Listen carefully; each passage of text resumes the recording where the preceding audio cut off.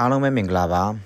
WeChat အကောင့်ဖွင့်လာတဲ့ပတ်သက်ပြီးတော့ကျွန်တော်ကို Messenger ကနေပြီးတော့Play Store ကကုန်မချဘူးလို့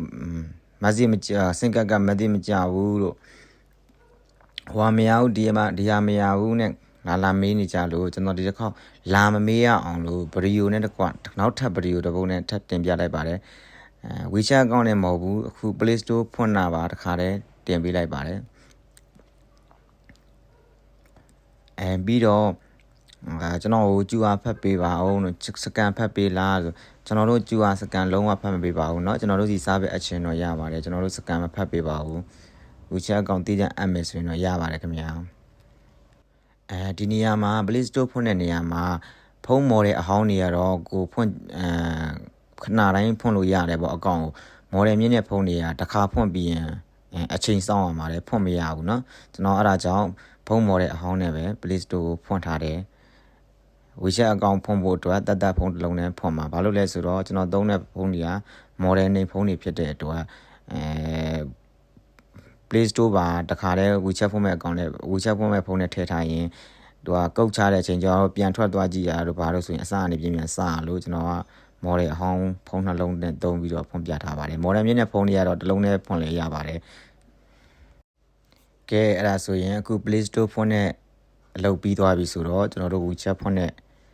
ဟာဟိုတစ်ချက်လိုက်ကြည့်ပေးကြပါအောင်ခင်ဗျာဒီနေရာမှာတစ်ခုထပ်ပြောအောင်မယ်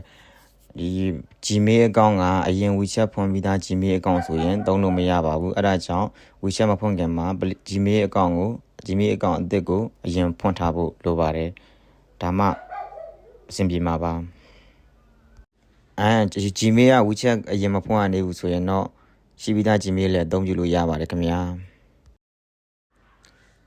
ကဲထုံးစံအတိုင်း WeChat ထဲကိုဝင်မယ် sign up for a new account နဲ့ကိုဝင်မယ်အမှာ region ကိုထားမဲ့နာမည်ကိုရွေးမယ်ပြီးရင် country region မှာမြန်မာရွေးမယ်မြန်မာရွေးပြီးသွားလို့ရှိရင်ကိုဖုန်းမဲ့ဖုန်းနံပါတ်ကိုထည့်မယ်ဖုန်းနံပါတ်ထည့်ပြီးသွားရင် password ထည့်မယ်ကိုထားခြင်းနဲ့ password တစ်ခါရထည့်မယ်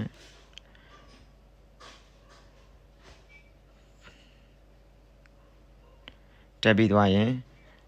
အဆက်အ continue လုပ်ပြီးရှေ့ဆက်သွားမယ်ခင်ဗျာ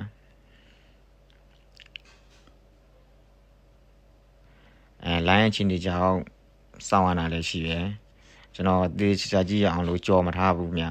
မြန်လည်းလုံမထားဘူးရှေ့ဆက်သွားမယ်